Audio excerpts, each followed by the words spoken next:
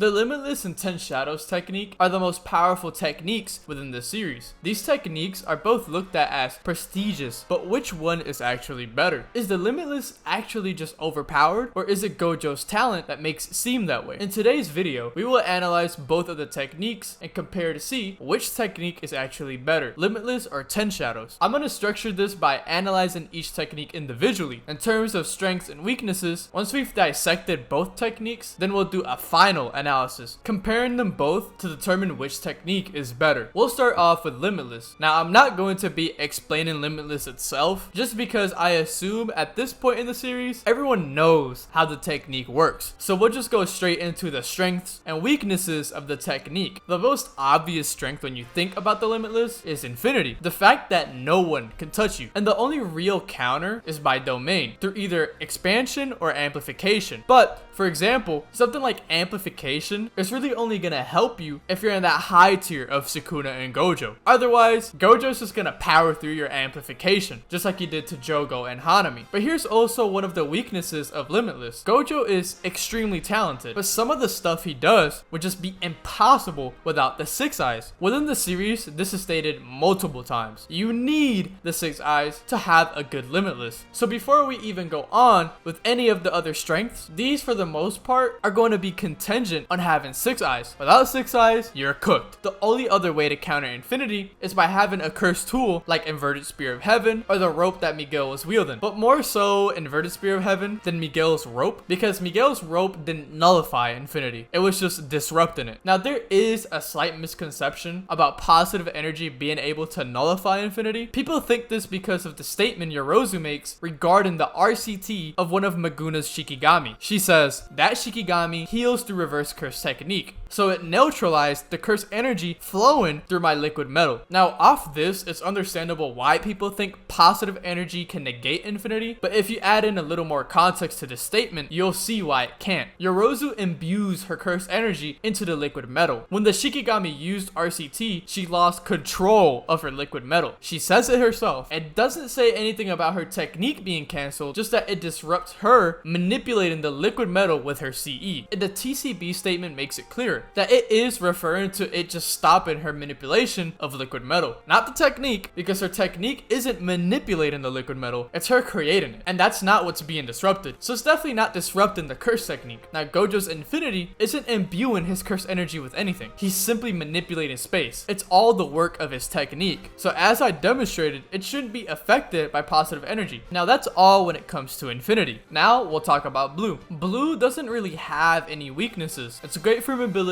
It can create distance between you and your opponent. It can clear out an area. You can make things bump into each other. It has a bunch of applications. The only real weakness that I can think of is if you don't have 6 eyes, because it already is draining for Gojo, who possesses the 6 eyes and is maximizing his curse energy usage. Imagine without it. This statement is from Teen Gojo, so maybe his efficiency wasn't as good, but regardless, it should be a major difference compared to not having the 6 eyes. So once again, if you don't have the 6 eyes, you're probably not going to be able to use blue that much. Now with red, it's pretty much the same, except if you don't have the 6 eyes, you definitely can't do red, since it's already a complicated technique to perform for people who have the 6 eyes. But what's so effective about red is just the damage it does. It's twice the output of blue. Gojo can also teleport, which is something that many people sort of forget. Like, bro can casually do an instant transmission. Then the last thing for the arsenal of Limitless is purple, which is red and blue combined, and it makes an existence erasing blast. But this is known to few even within the Gojo clan. And here's where the trend of the issue with Limitless becomes obvious. If you do not possess the 6 eyes, don't even bother trying to use the technique. You might as well retire early. Nobody said it better than Miguel. The only thing that makes it possible for you to be able to manipulate curse energy at an atomic level to control space are the 6 eyes. And even with the 6 eyes, it took Gojo years of training to get to where he's at, which is interesting because Gojo himself is already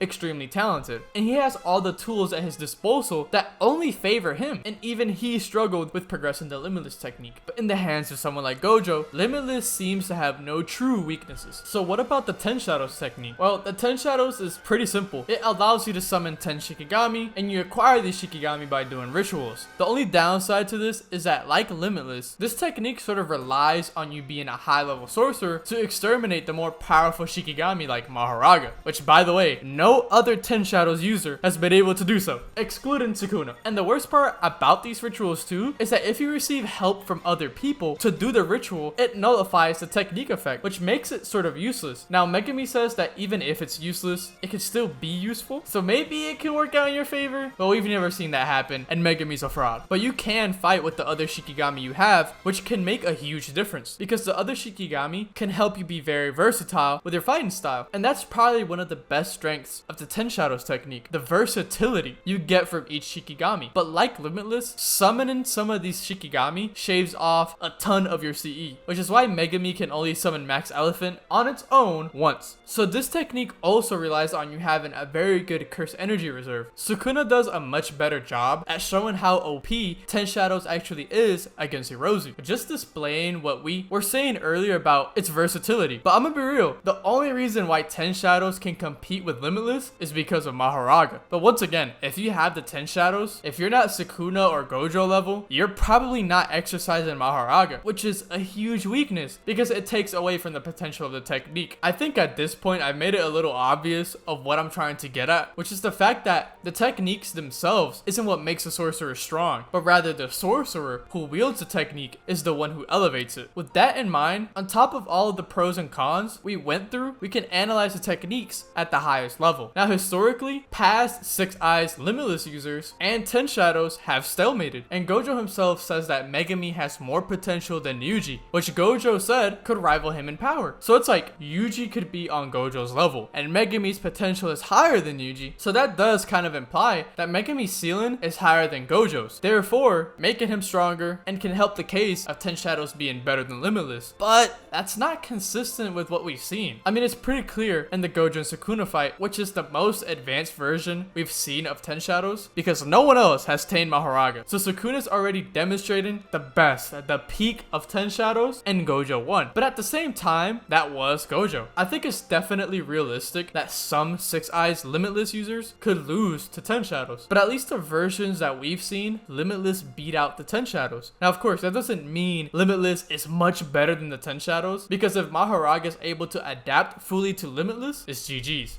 But for the most part, it just seems like the Limitless is superior. Like when you really think about it, it took Sukuna with Malevolent Shrine combined with Maharaga's adaptation to find a good counter to Gojo's Infinity. So in conclusion, it depends on who's wielding the technique, but if we look at the best examples that we have, which was Gojo and Maguna, I think it's pretty apparent Limitless was the superior technique. If you guys enjoyed this video, make sure to like and subscribe. If you guys have any video ideas, make sure to drop them in the comments. And if I do them, you will be shouted out within that video. I hope you guys enjoyed. Thanks for watching, and I'll see you guys in the next one.